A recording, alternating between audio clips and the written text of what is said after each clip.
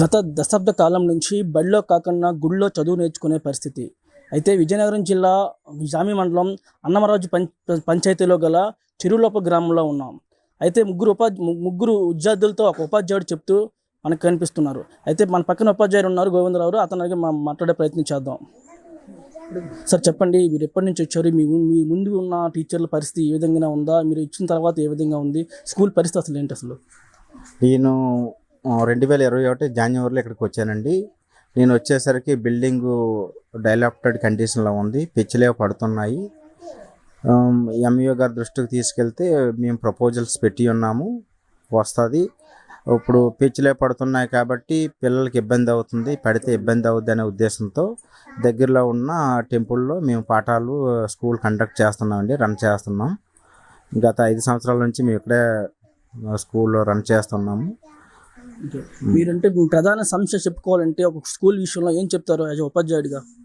ప్రధాన సమస్య అంటే ఏంటంటే స్కూల్ బిల్డింగ్ అయితే స్కూల్ అట్మాస్ఫియర్ బాగుంటుంది. ఇక్కడ పాఠశాలకి ఇక్కడ గుడిలో కండక్ట్ చేయడం వల్ల టెంపుల్కి వచ్చేవారికి ఇబ్బందిగా ఉంది, మాకు కూడా డిస్టర్బెన్స్గా అనిపిస్తుంది.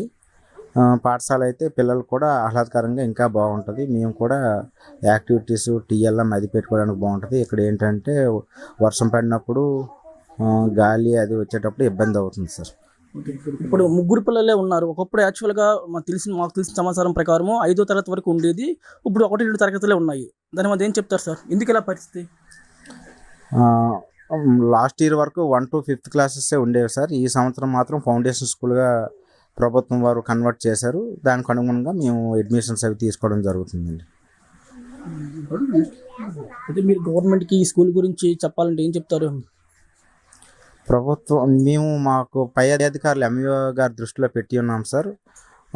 వాళ్ళకి మేము ఆల్రెడీ ఇంటిమేషన్ ఇచ్చాం, వాళ్ళు ప్రపోజల్స్ పెట్టి ఉన్నామని చెప్పారండి. అడ్మిషన్లు పెరిగే అవకాశం ఏమైనా ఉన్నాయా సార్ ఈ స్కూల్లో? అడ్మిషన్స్ అంటే 1-2 క్లాసెస్ కదండి. ఇక్కడ చాలామంది మైగ్రేట్ అయిపోయి ఉన్నారు, పాపులేషన్ కూడా తక్కువే. ఒక 30 ఇళ్ళు ఎన్నో ఉంటాయి ఇక్కడ, చిన్నపిల్లలు కూడా లేరు. 1-2 అడ్మిషన్లే పెరుగుతున్నాయి సార్, అంతే. అయితే ఇప్పుడు బయట గవర్నమెంట్ స్కూల్తో పోల్చుకుంటే మధ్యాహ్న భోజన పథకం అవ్వచ్చు, స్కూల్ పుస్తకాలు అవ్వచ్చు, స్కూల్ బ్యాగులు అవ్వచ్చు, ఎలా ఉంది ఇక్కడ పరిస్థితి?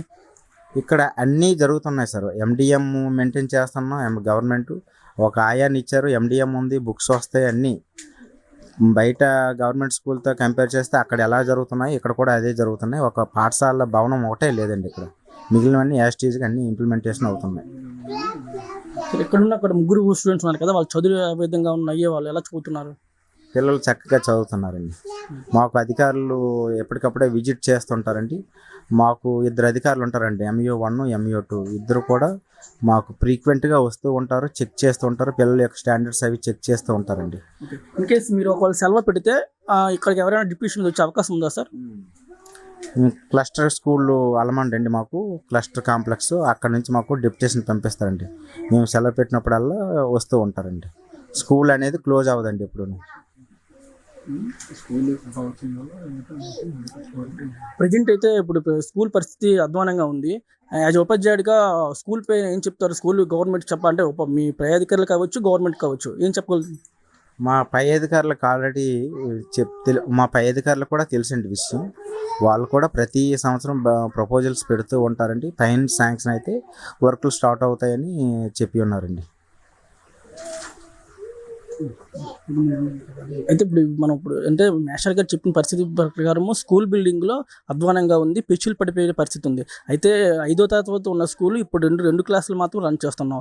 అయితే ఉపాధ్యాయులు మేము చెప్తున్నది ఏంటంటే స్కూల్లో విద్యార్థుల సంఖ్య తక్కువగా ఉండడం వల్ల 5 నుంచి 2కి వచ్చాం.